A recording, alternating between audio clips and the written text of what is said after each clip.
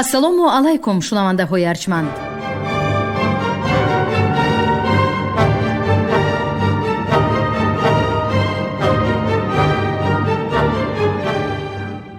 ба таваҷҷӯҳи шумо гуфтор аз силсилаи хониши адабӣ.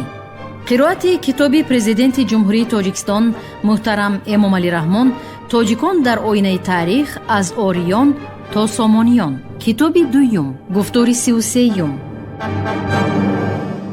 селевки як ба хотири устувор намудани нуфузи эллиниҳо ва таҳти васояти худ нигоҳ доштани қаламрави шарқии империяи селевкиён аз ҷумла Бохтар, Сухт, Марғиён ва Парфия писараш Антиохро соли 293 ба худ шарики ҳокимият эълон намуда, сарварии шарқро ба ихтиёри ӯ вогузошт.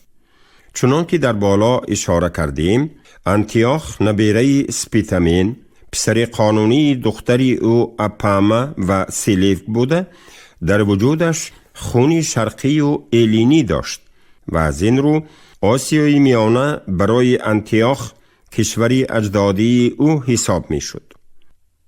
метавон гуфт ки модари Антиох Апама дар дарбори Селевк соҳиби нуфузу эътибори зиёд буда, шавҳараш ба шарафи ӯ чандин шаҳрҳо бунёд намудааст ки яке аз онҳо Апамия дар миёнаҷои руди Орант воқеъ буда, ҳамчун шаҳри калони тиҷоратӣ шӯҳрат доштааст. ҳамчунин мувофиқи ахбори Аппиян, Селевк дар давоми подшоҳии хиш ба шарафи занаш Апама 3 шаҳри Апамия сохта, ба бисёр шаҳрҳои бунёд намудааш дар Сурия ва сарзамини барбарҳои Осиёи боло номи шаҳрҳои эллинӣ ва мақдуниро мегузорад. Антиох то давраи шарик ҳоким шуданаш дар дарбори Селевк эътибори калон дошта, бо супориши падар вазифаҳои муҳими давлатиро адо мекард. баъди соли 293 пеш аз милод ӯ унвони шоҳиро соҳиб шуда, идоракунии қисми бузурги империяи Селевкиён аз ҷумла сарзамини Эрон ва Осиёи миёнаро ба уҳда дошт ва худро вориси Ориёшаҳр меҳисобид. мувофиқи маълумоти Плини, баъди саропо хароб шудани Искандарияи Мароға аз ҷониби қабилаҳои барбарӣ, Антиох ба ҷои он шаҳри нав бунёд намуда, номашро Антиохия мегузорад. сипас барои пешгирии ҳуҷум ва эмин доштани сарҳад аз тохту този қабилаҳои кӯчманчии ориёиҳои туронӣ, дар боби оянда аз боби ин қабилаҳо муфассалтар маълумот хоҳем дод, Антиох амр медиҳад ки ҳудудҳои Мароғаро бо девори дарозии 250 километр устувор намоянд. он гунае ки девори бузурги Чин бо вуҷуди 10 метр баландӣ ва 4000 километр дарозӣ доштанаш императорҳои Хитойро аз ҳуҷуми қабилаҳои кӯчманчии хунҳо наҷот додан натавонист, девори тӯлонии Марв низ садди роҳи қабилаҳои бодиягарди ориёиҳои туронӣ нагашт ва баъзе муаррихон тахмин мезананд ки ҳуҷуми қабилаҳои барбарии Сакоӣ, Тарн, Марғиёниҳо, Массон, Селевкро водор намуд ки Антиохро ба таври таъҷилӣ шарик ҳоким ва шоҳи қисмати шарқии империя таъин намояд. чанде аз муаррихони дигар бар он андешаанд ки есть основания предполагать, что селевкиды сами переселили какую-то часть дахов на северные границы Парфии, чтобы защитить ее от массагетов, кочевья которых охватывали центральные Каракумы и более северные районы. Учитывая, что по историческим материалам первоначальное население дахов локализуется в древней дельте Сырдарьи, где их памятники известны до начала II века до нашей эры, можно сделать вывод, что их продвижение на юг не было одномоментным. По мере усыхания западных протоков дельты Яксарта отдельные группы дахов уходили на юг. возможно, не только к северным границам Парфии, но и южнее по долине Тедждена, Гирируда, Дрангиану, где позднее выделяется у озера Хамун область Сакастан, современный Сиистан на границе Афганистана и Ирана. در هر صورت بعد مرگ سلوکیک و زمان حکمرانی قریب 20 ساله انتیاخی یک سالهای 280-261 تا میلاد همچون شاهنشاه یگانه ایمپریای سلوکیان حرکت‌های استقلال خواهی در باختر و سوخت و پارت اوج می‌گیرد.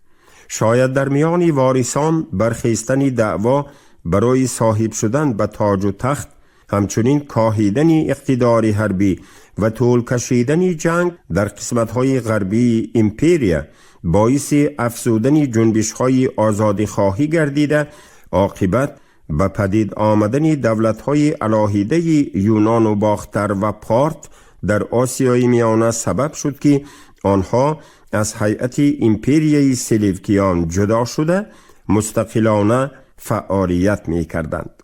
صرف نظر از همه این، تأثیر تمدن ایلینی و فرهنگ یونانیان به آسیای میانه راه یافته، قبل از همه در صنعت معماری و شهرسازی و هیکل تراشی مقام ارزنده پیدا می کند.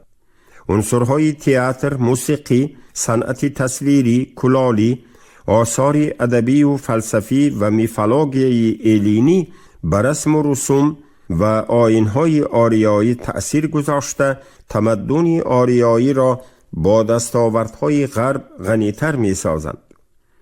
در زمان دولتداری سلوکیان و دولت یونانی اساسی باختر به جای خط باختری خط یونانی قبول شده در کارگزاری دولتی و رسالت مأموری جاری می‌گردد. نفوذ زبان دولت یونانی نیز در این دوره خیلی بالا رفته مقام زبانهای محلی باختری، سوغدی و پارتی را تا رفت محدود می سازد. محض همین تحریکات و رستاخیز تمدن ایلینی و آریایی را در نظر داشته گومیلیوف چنین می نگارد: Воинственные парфяне объединились со степными саками и выгнали македоян из Ирана. Их цари мужественно отстаивали свою землю от македоян и римлян, но обаянию эллинской культуры подчинились и они. В их столице, Ктесифоне, ставились трагедии Еврипида, шли диалоги о философии Платона, переводился на персидский язык Аристотель. با وجود نفوذ تمدن ایلینی، اصطلاحگران یونانی در سرزمین اجدادی تاجیکان باختر و سوخت و فرهنگ بلندپایه آریایی نظام دولتداری پیشرفته، دینی صاحب کتابی دارای جوهری والای فلسفی و اخلاقی دچار آمده بسیار دستاوردهای مدنیت آریایی را پذیرفتند. یعنی هم در دوره دولتداری اسکندر مقدونی و هم در عهد سلوکیان با وجود نفوذ ایلینیزم تأثیر دو جانبه تمدن آریایی و یونانی به همدیگر احساس می گردد.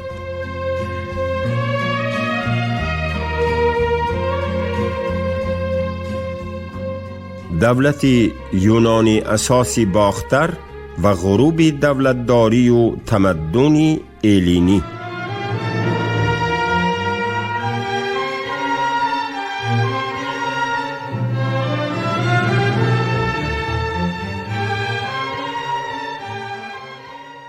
عادتاً هر یک تمدن عالمگیر دوره‌های طولانی طلوع و غروب خیش را دارد. اگر طلوع تمدن ایلینی در سرزمین شرق از جمله کشوری پهناوری آریایی‌های پارس و باختر و سوخت از آغاز کشورکشایی و لشکرکشی‌های اسکندر مقدونی صورت گرفته باشد، لحظه‌های غروب آن به زمان دولتداری پارت‌های اشکانی و دولت یونانی اساسی باختر راست می آید.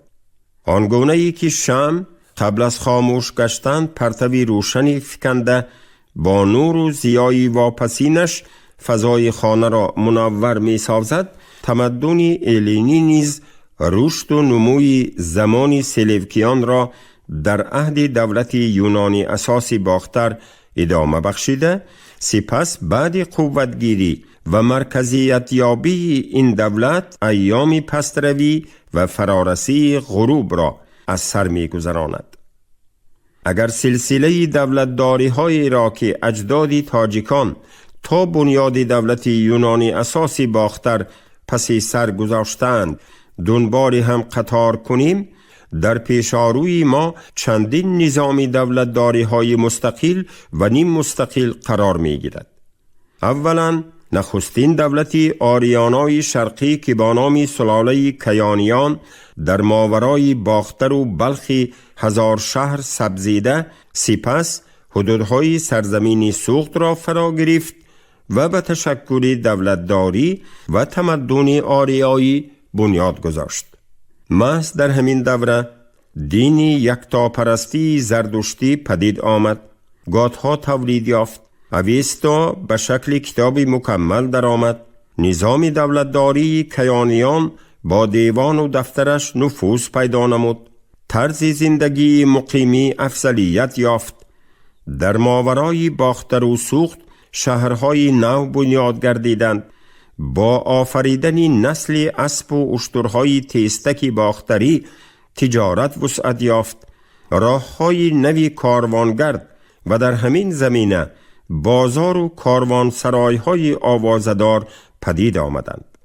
و اگر از حد خاکساری نگذریم، می توان گفت که کتاب یکمی از آریان تا سامانیان بروشن ساختن نخستین صحیفه های دولتداری و تشکل تمدن نیاگان تاجیکان در باختر و سوخت قدیم بخشیده شده است.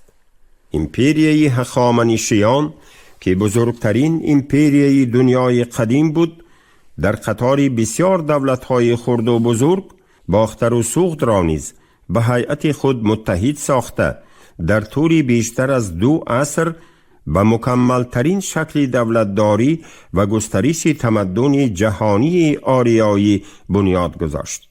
نیاگان تاجیکان، آریایی های باختر و سوخت، در هیئت امپریای آریایی های پارس یک قوم همخون، همریشه، همزبان و هم مذهبی خیش را پیدا کرده، صرف نظر از بعضی کوشش های جدای خواهی، سروری و نظارت قلمرو شرقی امپریای هخامنشی را در شمال تا ماورای سوخت و خوارزم و سکایه های چاروادار تورانی و در جنوب تا دامن هندوکش و سرحدهای هندوستان به عهده داشتند. نبض قلمرو شرقی امپریای هخامنشی از روی آرامی و آسودگی باختر معین می شد. اگر باختر تینج و سرجم باشد، نبض ولایت‌های شرقی نیز از کناره‌های هند تا پهناهای پرفیه با نظام و مرتب میزد. و ناگفته نماند که اسکندر مقدونی هنگام لشکرکشی‌هایش به قلمرو شرقی امپریای هخامنشی از لشکری کمشماری پارس‌ها و موجود نبودن استحکام‌های حربی و مدافعوی دارای سه در باختر و سوخت خیلی به حیرت می افتاد و در مقابل قوشون شکست ناپذیر خیش سربازانی سواره باختری و سوختی و سکایه های پرخاشجوی را دیده در تعجب می ماند که چرا آنها به جای لشکری پارس به دفاع قلمرو شرقی امپریای هخامنشی برخیستند. شاید او از اخبار طبیب درباری اردشیر مورخ یونانی کتیسی خبر نداشت که در تاریخ پارس نام اثرش از لشکرکشی کروش به باختر سخن رانده، عزم جنگ و حفظ کشور نمودن جنگاوران باختری را ذکر می کند. سپس می افزاید که چون باختری ها در سیمای جنگاوران کروش مردم همزبان و هم قوم خیش را دیده از ولی عهد استیگ پادشاهی ماد بودن او با خبر می گردند، از جنگ و خونریزی ها دست کشیده با پارس ها سازش می بندند. در خرابزار قلمرو هخامنشی ها، امپریای دیگری جهانی، امپریای اسکندر مقدونی قامت افراخت که تمامی مرز و بوم دولت ابرقدرتی پارس از جمله سرزمین اجدادی تاجیکان باختر و سوخت را هم در هیئت خود متحد ساخته به گسترش تمدن ایلینی بنیاد گذاشت. اگر عمر به اسکندر مقدونی وفا می کرد، شاید او به تمدن شرقی امپریای پارس لباس ایلینی می پوشند. دولت سلوکیان که قسمت شرقی امپریای اسکندر مقدونی از جمله مرزهای باختر و سوخت را فرا می گرفت، با گسترش دولتداری و تمدن ایلینی در سرزمین تاجیکان مساعدت نمود. قبل از همه زبان یونانی مقام دولتی گرفت. رسم الخط یونانی برابر خط میخی و آرام اساس پارس ها رایج گشته، سپس موقعی آن را تنگ نمود. در صنعت معماری و شهرسازی عنصرهای تمدن ایلینی افضلیت یافت. نمایش‌های تئاتری و فاجعه و مضحکه های مؤلفان یونانی از جمله اسخیل و سوفوکل، یوریپید و اریستوفان در کشورهای شرقی تابع سلوکیان به صحنه گذاشته می شدند. ولی حکمرانی دولت سلوکیان در باختر و سوخت چندان دیر نپایید. مبارزه بین سرلشکران اسکندر که 10 سالها طول کشیده بود، در دوره وارثان آنها نیز آرام نمی گرفت. به جای پدران فرزندان به میدان نبرد آمده، کینه های دیرینه و قصاص های در دل نهفته را برابر می کردند. پسر سلیفک انتیاخ یک علیه وارث پتلمی تلاش ها ورزد. پسر انتیگان دیمیتری با پسر انتیپاتر کاساندر سر به سر می شد. گذشته از این، برادر با برادری همخون عداوت می ورزید و قدرت دولت‌های بی این هم رو به انقراض ایلینی را می کاهند. مبارزه‌ای که در بین دو برادر سلیوکی دو و انتیاخ گریناکس برای صاحب شدن به تخت و تاج بالا گرفت، باعثی از دولت سلیوکیان جدا شدن پارت و باختر گردید. تأسیس یابی دولت یونانی اساسی باختر با کوشش‌های جدایی خواهی ساتراپی آن دیادات و باختر را دولت مستقل اعلان کردن او راست می آید. این دولت یونانی اساسی نیاگان تاجیکان در قسمت شرقی قلمرو سلیوکیان اول در زمینه ساتراپی ولایت باختر تأسیس یافته، سپس حدودهای دولتداریش را وسعت بخشید. تقریبا سال 256 پیش از میلاد واری باختر دیادات یک از سستی امپریای سلیوکیان و مبارزه برادران برای تاج و تخت استفاده برده از اطاعت سرپیچید و باختر را دولت الهیده اعلان کرد. موافق روایت واقعه نگاری عتیقه یوستین، واقعه چنین روی داده است: سپس دیادات نیز جدا شد از سلیوکیان با باجان غفورف که حاکم 1000 شهرهای باختر بود و فرمود او را پادشاه خوانند. به عبرت او از مقدونیان تمامی مردم شرق جدا شدند. در آن دوره ارسک نام آدمی بود بیزاد ولی با شجاعت که عادتاً راهزنی و دزدی می کرد. شنید که سلیوکی دو در آسیا شکست خورده است، دیگر از پادشاه باکی نکرده به پارتها با دسته راهزنان در افتاد. بر حاکم آنها اندرگار غالب آمد، او را به قتل رساند و حاکمیت را بر خلق پارتها به دست گرفت. دیادات یک که از جانب انتیاخ دو والی باختر تعیین شده بود، از برخاستن ناراضگی ها و حرکت های خلقی بر ضد سلیوکیان استفاده نموده، اشرافان محلی را در اطراف خود متحد ساخت و به مستقلیت باختر بنیاد گذاشته رسما از امپریای سلیوکیان جدا شد. به قول اکادمیک باباجان غفوروف گفتن ممکن است که در باختر وارثان سلجوکیان صاحب قوه توانایی حربی یونانی بودند. دیادات این قوه حربی و اعیان و اشراف یونانی شده محلی باختر و سوخت را که نیز از سلجوکیان جدا شدن می‌خواستند استفاده برده و به آنها تکیه کرده سروری حرکتی شد که باعثی از سلجوکیان جدا شدن باختر گردید. شک نیست که در این حرکت عامه خلق نیز شرکت داشت که ضد ظلم دو طرفه و برای استقلال مبارزه می برد. موافق اخبار مورخان در دوره حکمرانی سلجوکی ها دیادات والی باختر، یفتیدیم والی سوخت و اندرگار والی پارت تعیین شده باشند هم از ناآرامی های داخلی و مبارزه های وارثان سلجوکیان برای تاج و تخت استفاده برده قریب در یک وقت دیادات در باختر و ارشک در پارت به بنیاد دولت جداگانه کوشش نمودند. در نتیجه تقریباً سال 256 پیش از میلاد دولت یونانی اساسی باختر تأسیس یافته در طول قریب 120 سال در حدود باختر حکمرانی کرد. این دولت در غرب سوخت، آریانا، مراغه، احتمال، اسپیان و توریوه را فرا گرفته همچون دولتی پرقدرت و صاحب نفوذ حدود خود را تا قسمت جنوبی افغانستان کنونی و پهناهای هند وسعت بخشیده ارخازیه، درگیانه، گندخاره و دیگر ولایت های وادی ایند را به هیئت خود متحد ساخت. دولتی صاحب استقلال باختر که در قلمرو نیاگان آریایی تاجیکان تقریباً بعد 60 سال حکمرانی سلجوکی ها تأسیس یافت در علم تاریخ شناسی من بعد با نام دولت یونان و باختر یا خود یونانی باختر معمول گردید.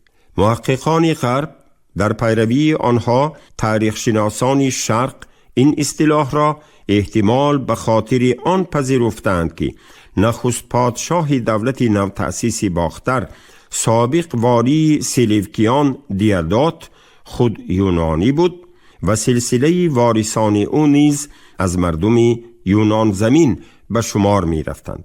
شاید هم در دوره اسکندری مقدونی و هم در زمان دولتداری سلجوکیان جایگیر بودنی دسته توانای قشونهای یونانی همچنین به طور مقیمی زیستنی شماره زیادی تاجران و عملداران یونانی و مقدونی در این سرزمین از افضلیت داشتن موقع الینی ها در اداره کنی کشور و امور دولتداری شهادت دهد.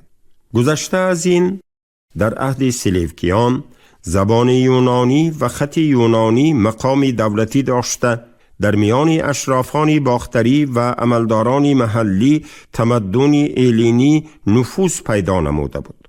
احتمال باز چندین سبب و دلیل‌های دیگر باشد که مورخان در اساس آن دولتداری یونانی را در باختر افضلیت بخشیده به آن نامی یونان و باختر گذاشتند. ولی از نظر عدالت تاریخی این مسئله را سهل انگاشتن نشاید. هرچند در این باره مورخان و باستانشناسان حقوق کامل اندیشرانی دارند، کمینه هم نقطه نظر خود را به خاطر جلب نمودن دقت عالمان نکته سنج ابراز می دارند.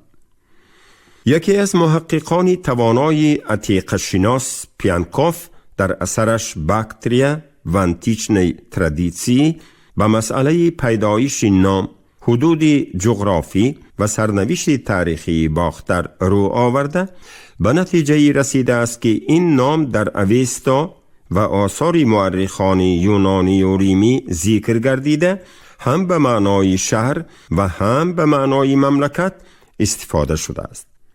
به قول جغرافیدان و مورخ یونانی استرابان باختر زیبی آریاناست.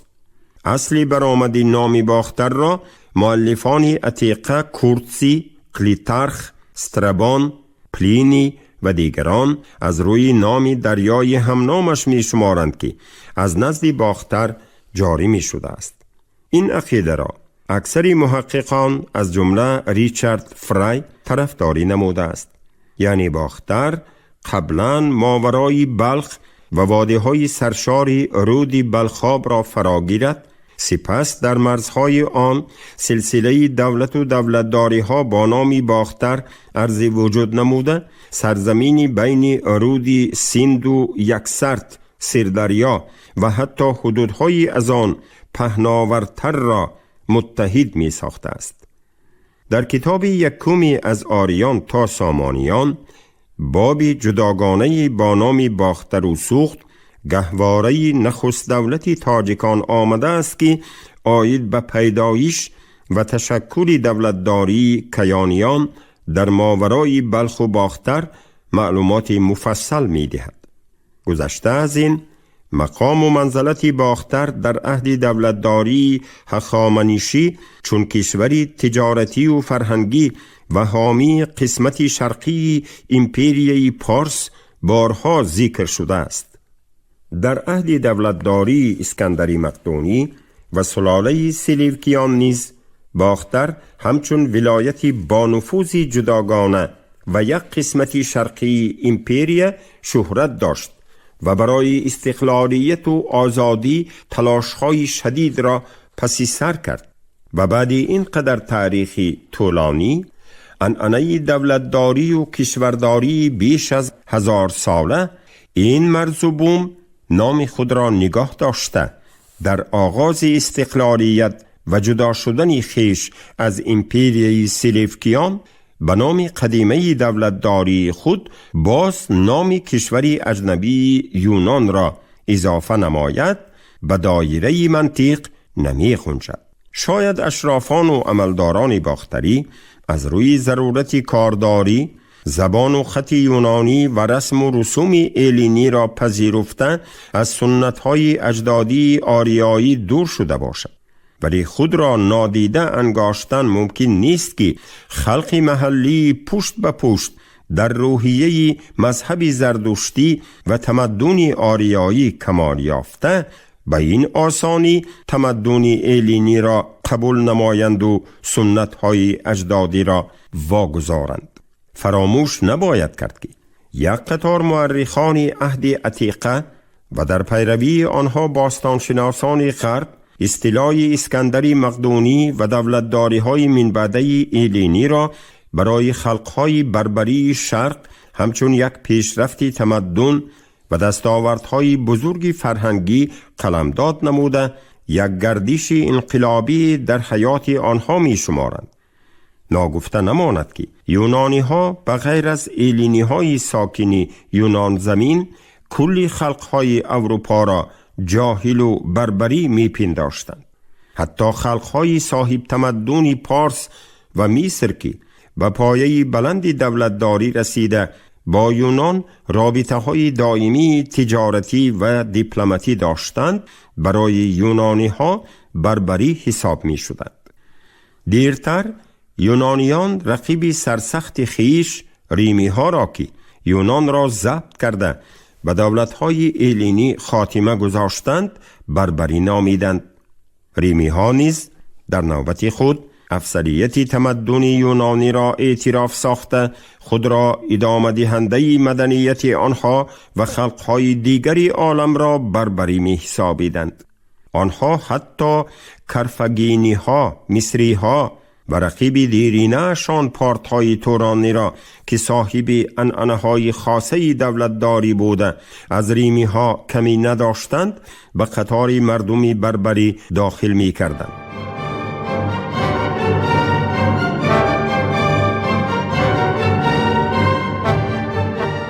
شنونده های گرامی، شما گفتار 33 را از کتاب پرزیدنت جمهوری تاجیکستان محترم امامعلی رحمان تاجیکان در آینه تاریخ از آریان تا سامانیان شنیدید. راوی علیزاده عبدالرشید خوجمخور، کارگردان شیرعلی نفضلی. پایان گفتار از سلسله خوانش ادبی. شاد باشید.